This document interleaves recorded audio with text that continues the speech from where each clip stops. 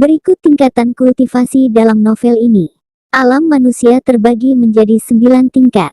Alam tempering tubuh 9 tingkat.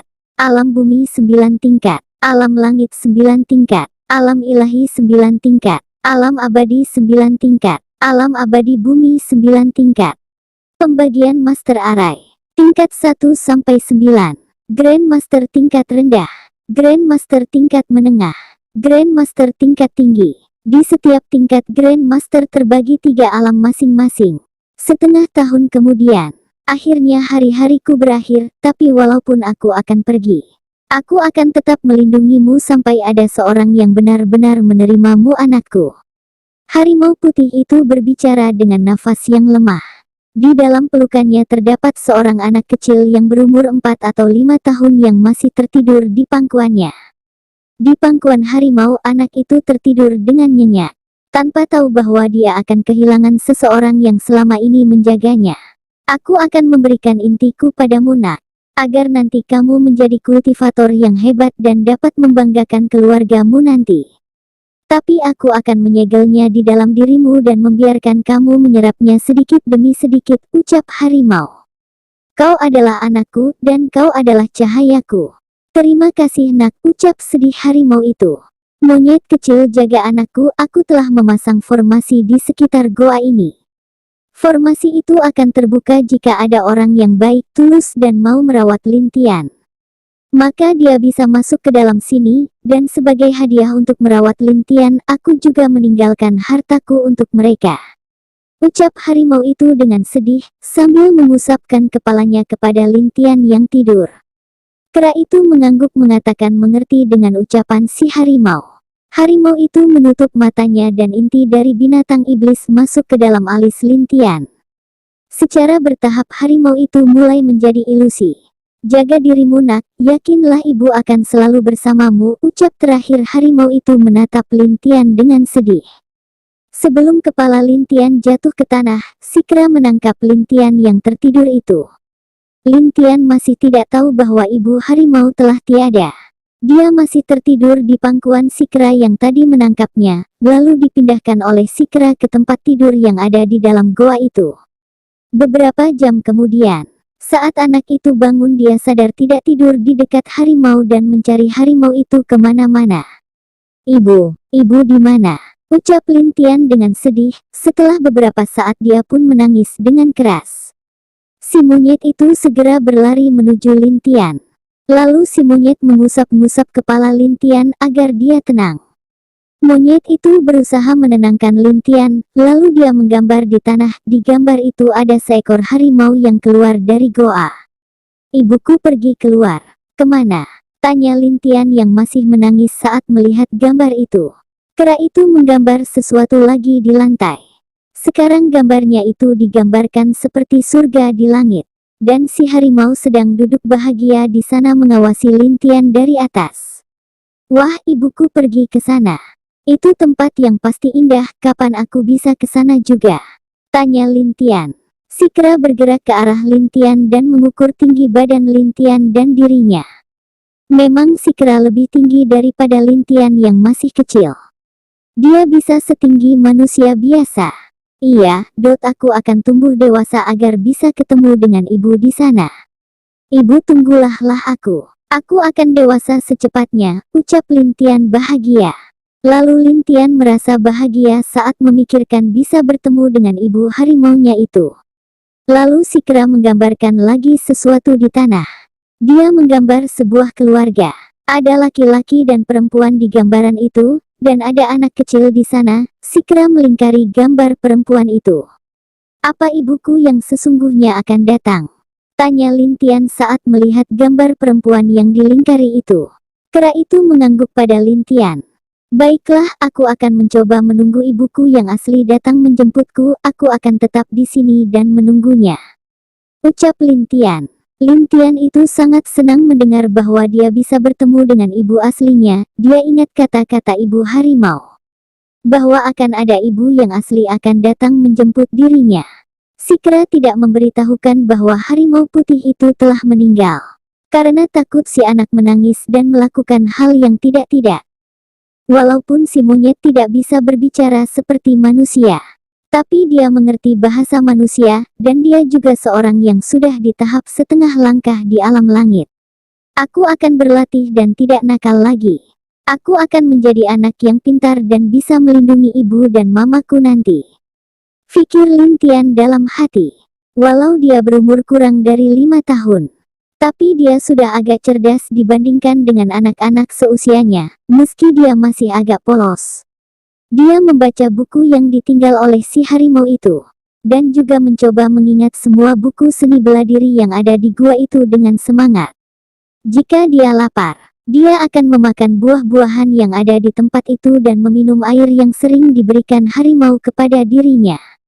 Hari demi hari berlalu. Lin Tian memang anak yang pintar, dia bisa mengingat apa yang dia baca hanya dengan sekali lihat saja. Kekuatan dia juga sudah mencapai tingkat kelima alam tempering tubuh, yang cukup untuk mengejutkan dunia. Di saat dia lelah atau tidak mau berlatih, dia bermain dengan si kera atau tidur sendiri, tanpa mengetahui bahwa dia hanya hidup dengan si kera di dalam goa. Beberapa bulan kemudian di saat si kera itu tidak ada di gua, Lin Tian akan merasa kesepian dan menangis. Dia sangat merasakan kesepian di saat si kera itu tidak ada bersamanya. Ibu, di mana kamu? Apa ibu membenciku? Apa yang dikatakan ibu harimau hanya bohong? Pikir Lin Tian. Lalu Lin Tian kembali ke tempat tidur di goa. Dia menangis di kasur cukup lama, sebelum dia tertidur lelap sendiri karena kelelahan. Di suatu tempat di hutan tepatnya. Di pinggiran hutan ada beberapa orang yang sedang bertarung di sana. Lihatlah, kami akan membunuh kalian tanpa ada yang tahu siapa yang membunuh kalian. Hahaha, laki-laki berjubah putih berbicara dengan semangat. Kakak laki-laki, jangan begitu. Kita harus mencicipi mereka dulu, setelah itu baru membunuh mereka. Sangat disayangkan jika langsung membunuh mereka. Mereka sangat cantik, hahaha, ucap laki-laki bertelanjang dada di sebelah laki-laki berjubah putih. Dilihat dari matanya, dapat terlihat bahwa dia adalah laki-laki bejat. Hahaha, benar adik kedua. Kita harus mencicipi mereka dulu, hahaha, balas laki-laki berjubah putih itu. Bangsat, percayalah tetua kami akan datang sebentar lagi. Dan kalian akan menerima ganjarannya. Dasar bandit sialan, ucap seorang perempuan cantik berbaju merah dengan marah. Adik Lulu, sabarlah. Kita harus bertahan sampai guru datang. Aku sudah mengirim pesan kepada guru, dia akan datang sebentar lagi, percayalah. Seorang perempuan berkerudung cantik mencoba menenangkan perempuan bernama Lulu. Perempuan berkerudung itu bernama Jiang Yi, dia adalah murid dari Sekte Salju. Dan murid dari salah satu tetua di sekte itu. Sekte Salju itu sendiri adalah sekte kelas 1 di benua itu. Perempuan berbaju merah bernama Lulu seorang junior di sekte tersebut. Mereka ke hutan untuk mencari pengalaman bertempur dan menyelesaikan misi dari sekte. Tapi sayang, mereka bertemu dengan bandit singa gunung, yang mana pemimpinnya dipanggil kakak pertama itu berada di tahap tempering tubuh puncak. Dan bawahan dia yang lain berada di tingkat 8 dan 6 di tingkat tempering tubuh. Sedangkan Jiang Yi hanya di tingkat 8 tempering tubuh dan juga Lulu di tingkat 6. Saudari perempuan yang lain hanya di tingkat 5 dan 4 tempering tubuh. Hahaha, ayo serang mereka. Siapa yang bisa menangkap mereka dulu, dia yang mencicipi duluan, ucap kakak pertama bandit itu. Hahaha, ayo tangkap gadis-gadis itu. Mereka menyerang para murid sekte salju secara bersamaan, yang menyebabkan kemarahan di hati para perempuan sekte salju memuncak. Seketika Lulu mencabut pedangnya dengan marah, dan langsung melesat dan menyerang tanpa ampun ke arah bandit-bandit itu. Bunga lotus kehancuran. Saudari bertahanlah, guru akan datang sebentar lagi, ucap Jiang Yi sambil menyerang dan bertahan dari serangan bandit-bandit tersebut. Mereka bertarung cukup lama, tapi tidak ada yang dapat memenangkan pertempuran itu. Di sisi bandit banyak yang mati di tempat itu. Sedangkan di sisi Jiang Yi dia masih bisa bertahan walau sedikit terluka. Sial, mereka cukup hebat bisa bertahan dari serangan kita. Cuy, kakak itu karena ada Master Arai di sampingnya, kata salah satu bawahan bandit tersebut. Pertarungan masih terus berlangsung antara bandit dan juga para murid itu. Ada beberapa dari bandit yang terluka dan mati di dalam pertempuran. Dan juga ada 2 orang dari murid Sekte Salju terluka. Dengan kekuatan para murid salju, mereka bisa dibilang cukup kuat dalam menghadapi anak buah bandit tersebut. Tapi tidak dengan beberapa saudara besar dari bandit itu. Hujan pedang angin, mati kalian. Lulu mengeluarkan teknik terkuatnya untuk menghadapi bandit tersebut. Bandit itu pun membalas serangan dari Lulu. Tinju singa api, kedua serangan bertabrakan. Peperangan terus berlangsung, dan para murid Sekte Salju hampir tidak bisa bertahan. Jiang Yi dan juga Lulu, mereka berusaha bertahan dari serangan para bandit itu. Kakak Jiang, kita tidak bisa bertahan, saudari-saudari kita banyak yang terluka, kata Lulu. Saudari Yu gunakan arai pelindung untuk bertahan. Bertahanlah, guru pasti akan datang, kata Jiang Yi ke seorang perempuan. Iya kak, aku akan mencoba bertahan, kata perempuan bernama Yu Ying. Dia adalah seorang master arai tingkat 4, dan termasuk jenius dalam arai master. Hahaha, menyerahlah. Tenang saja, kami akan memberikan hiburan yang menyenangkan. Dan itu juga dapat membuat kalian bahagia, benarkan saudara-saudaraku, ucap pemimpin bandit tersebut. Iya benar, kakak pertama benar. Teriak para bandit bahagia. Mimpi kalian. Lebih baik kami mati daripada ternoda oleh kalian, Lulu berbicara sambil memasang wajah yang kusam dan sangat marah kepada mereka. Hahaha, ayo serang mereka. Kita lihat sampai kapan mereka bisa bertahan. Tapi, tiba-tiba di saat para murid Sekte Salju putus asa, terdengar suara perempuan yang sangat lembut dan menyenangkan untuk dengar. Walau dari suara itu terdengar dia sangat marah. Coba kulihat siapa yang berani menyentuh murid-muridku. Hujan es kehancuran mutlak, teriak suara yang muncul. Seketika hujan es seperti panah datang dari atas langit dan menyerang para bandit tersebut. Yang membuat para bandit ketakutan, dan mencoba bertahan dari serangan tersebut. Serangan wanita yang baru datang sangat kuat. Bahkan lebih kuat dari serangan para pemimpin bandit dan murid-murid tersebut. Ini buruk, ahli alam langit, pemimpin dan saudara kedua bandit tersebut ketakutan. Mereka mencoba melarikan diri. Tapi sayang mereka tidak bisa karena kekuatan alam langit bukanlah kekuatan yang sembarangan. Di benua utara alam langit sudah disebut ahli yang cukup kuat di sana. Ah, teriakan para bandit itu terdengar. Setelah beberapa napas, teriakan bandit itu sudah tak terdengar lagi. Karena mereka semua tidak ada yang tersisa. Mereka semua mati termasuk para pemimpin bandit. Tetua Lin, kami di sini. Ucap Lulu sambil melambaikan tangannya ke wanita di langit itu. Di langit terlihat seorang wanita cantik berpakaian serba biru. Dia bagaikan peri yang turun dari langit dan seperti cahaya yang bersinar di dalam kegelapan malam. Dia adalah peri Kier atau nama aslinya adalah Lin Kier. Seorang tetua termuda di dalam sekte salju, dan termasuk ahli dari para ahli terkuat di benua utara itu. Wanita itu pun turun dari langit tepat di depan murid-murid sekte salju. Salam tetua Lin, ucap para murid-murid tersebut dengan hormat. Kalian tidak apa-apa kan?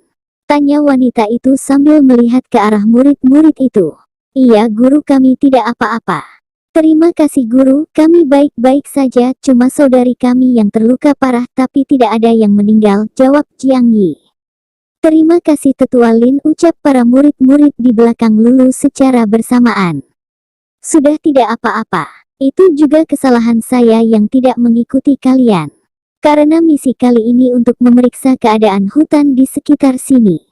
Karena ada laporan bahwa para binatang iblis sangat aktif baru-baru ini. Jelas peri Kier ke murid-muridnya. Iya tidak apa-apa guru, kami yang mengambil tugas ini sudah sewajarnya, kami juga yang menerima resikonya. Balas Jiang Yi kepada peri Kier.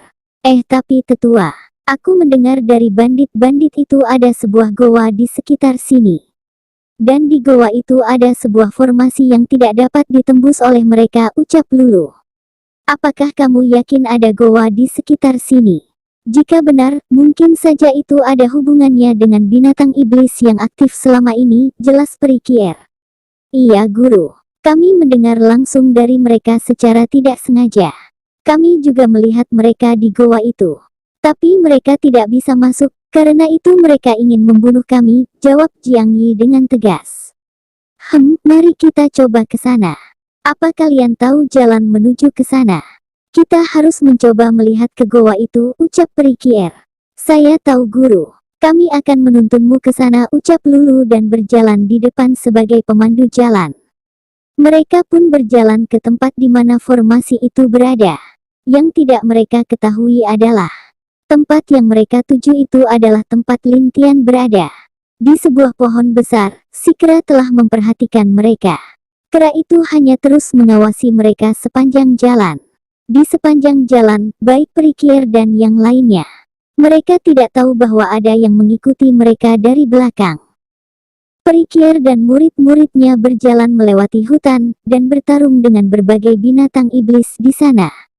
Dalam perjalanan mereka menuju formasi tersebut, mereka bertemu dengan beberapa binatang iblis di tingkat tempering tubuh dan di atasnya. Tapi itu dapat diatasi oleh mereka dengan mudah karena ada peri Kier di dekat mereka. Mereka semakin dekat dengan goa tersebut. Tapi di saat mereka sudah dekat dengan formasi tersebut, mereka melihat sebuah goa yang agak tertutup oleh beberapa tanaman merambat menutup pintu goa itu. Guru, itu goa yang pernah bandit dan kami lihat saat itu, ucap Jiang Yi. Tapi, bagaimana cara kita masuk ke dalam? Ucap salah satu murid. Iya benar. Sepertinya formasi ini sangat kuat, Lulu juga bingung. Mereka semua cukup kebingungan. Karena mereka telah mencobanya, tapi tidak ada yang bisa masuk ke dalam goa itu. Mereka juga takut jika diserang secara paksa, mungkin serangan mereka akan memantul dan menyerang balik mereka. Tenang, aku akan berpikir dulu, kalian istirahat di sini sebentar, aku akan coba untuk meneliti formasi ini dulu, ucap peri Kier setelah berpikir sebentar. Iya tetua, ucap para murid serentak.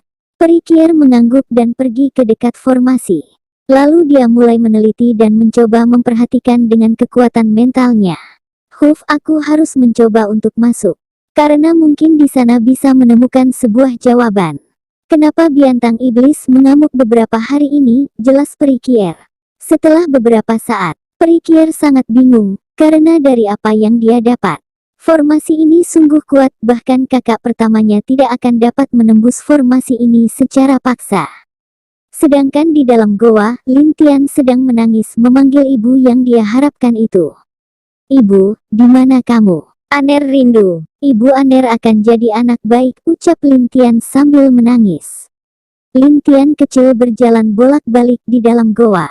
Tapi semakin dia berjalan, semakin sedih dan semakin keras dia menangis karena dia merasa hanya dia sendirian di sini. Di saat itu juga, di luar goa, peri Kier yang ingin berbalik dan menyerah. Mendengar suara tangisan anak tersebut, aku seperti mendengar suara anak menangis di dalam goa. Apa pendengaranku ada yang salah?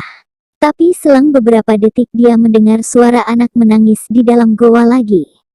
Dia berteriak memanggil ke arah goa itu. Siapa itu?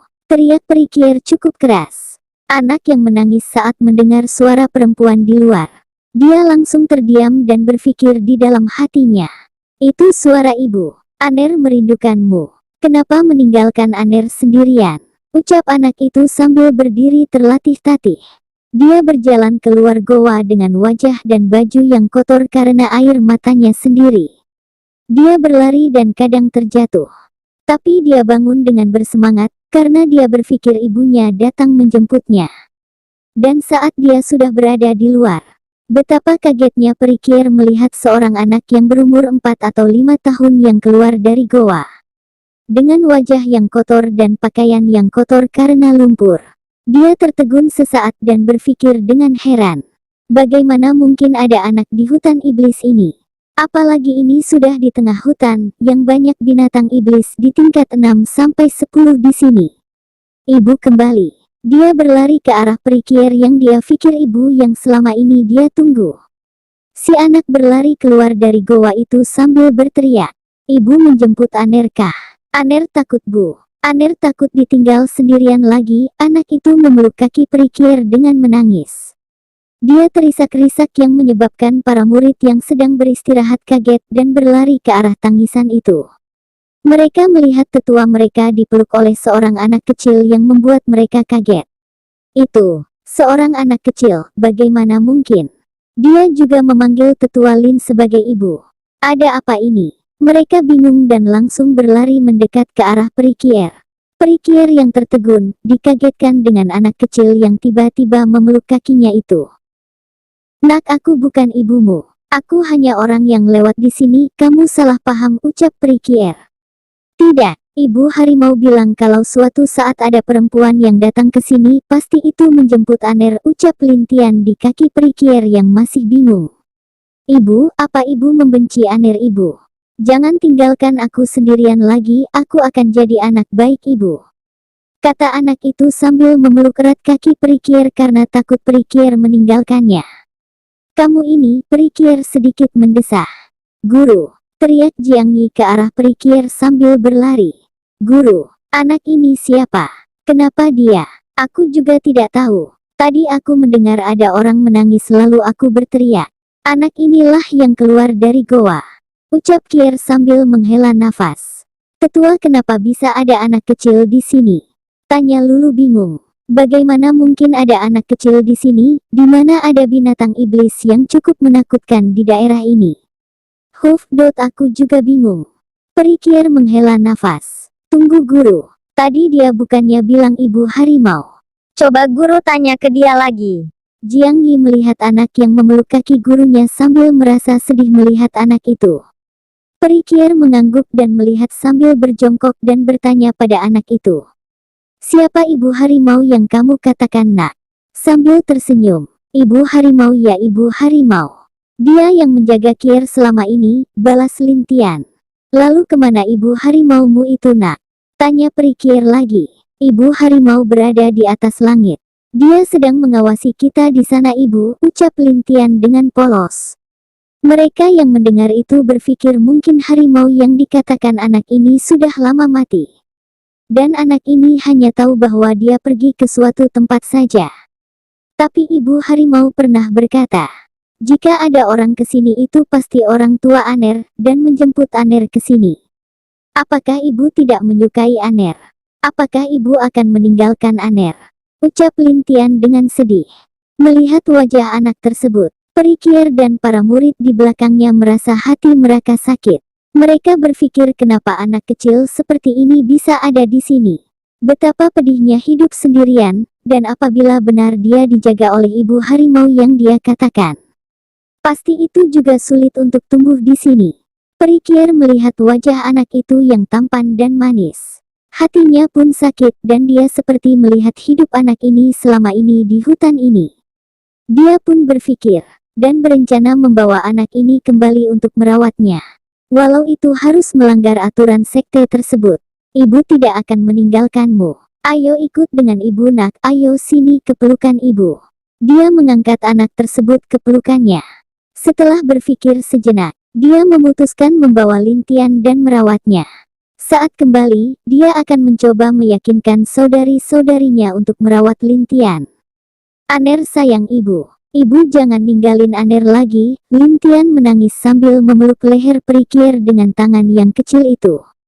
Hal itu pun membuat kaget para murid di belakangnya, dan salah satu pun tidak dapat menahan diri dan berkata, tetua ini, bukankah tidak boleh membawanya ke sekte? Dia anak laki-laki, ucap murid itu. Aku akan berbicara dengan kakak-kakakku yang lain. Jangan khawatir, jawab peri Kier dengan tegas. Baik guru, kami mengerti. Tapi guru soal goa ini? Tanya Jiang Yi. Peri Kier yang sedang menggendong Lintian juga mulai sadar. Dan melihat ke arah goa itu. Ibu apa ingin masuk ke situ? Ayo Lintian akan membawa ibu masuk, ucap Lintian sambil menunjuk goa itu. Nak, apa aku bisa masuk ke dalam? Tanya peri Kier. Tentu ibu. Mari ayo jalan bu, ucap Lintian meminta dia berjalan ke arah goa sambil digendong oleh peri Kier. Karena peri Kier tidak jalan juga, dia hanya berdiri di sana. Lin Tian turun dari pelukan dan menarik Perikir ke dalam goa yang terdapat formasi itu. Ayo Ibu Aner, bawa Ibu ke sana. Di sana banyak barang-barang aneh.